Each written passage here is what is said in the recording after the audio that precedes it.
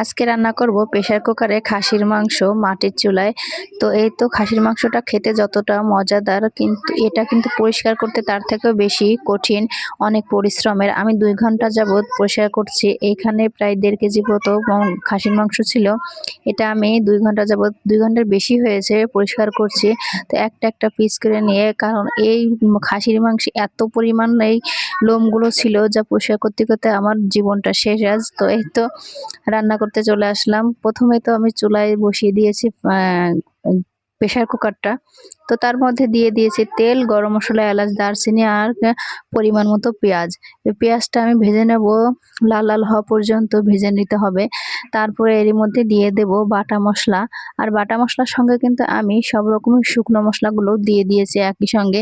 যেহেতু আমি প্রেসার কুকারে রান্না করছি, একসঙ্গে সব রকম মসলাগুলো দিয়ে দিলাম। তারপর এই তো অনবরত নাড়াচাড়া করতে থাকবো। এরপরে এরই মধ্যে আমার দিয়ে দেব কিছুটা পরিমাণ মতো পানি। পানি দিলে আরো একটু সুন্দর মতো মশলাটা কষানো হয়ে যায়, কাঁচা গন্ধটা চলে যায়। এই কষানোটা যতটা ভালো হবে, রান্নাটা কিন্তু ততটাই বেশি মজার হয়। তো এই তো আমি অনেকদিনই অনেক ভিডিওতে দেখি আপুরা রান্না করে, শুক্রবার এলেই ভালো মন্দ আয়োজন করে, অনেক পদের রান্না করে, কিন্তু আমাদের অতটা সামর্থ্য তো হয় না। তো সেরকম ভাবে রান্না করাটাও হয় না। তো অনেকদিন যাবতই ভাবছি যে শুক্রবার এলে একটু ভালো মন্দ রান্না করে খাবো। তো শুক্রবার মানে কিন্তু মধ্যবিত্ত মানুষের একটা হজের সমতুল্য একটা দিন। তো সেই দিনে ভালো মন্দ তো রান্না করতেই হয়। তো অনেক দিনের চেষ্টায় তো আজকে রান্না করছি খাসির মাংস। অনেক আপুরা অনেক রকমের রান্না করে, কিন্তু আমি তো এই খাসির মাংসটা এক পদের রান্নাটা দিয়েই আজকে আলহামদুলিল্লাহ শান্তিটা পেয়ে যাচ্ছি। তো এই তো আমার কষানোটা প্রায় শেষের দিকে। আমি প্রেসার কুকারে ঢাকা দিয়ে কিছুক্ষণ যাবৎ মাংসটা সুন্দর মতো কষিয়ে নিয়ে নেব।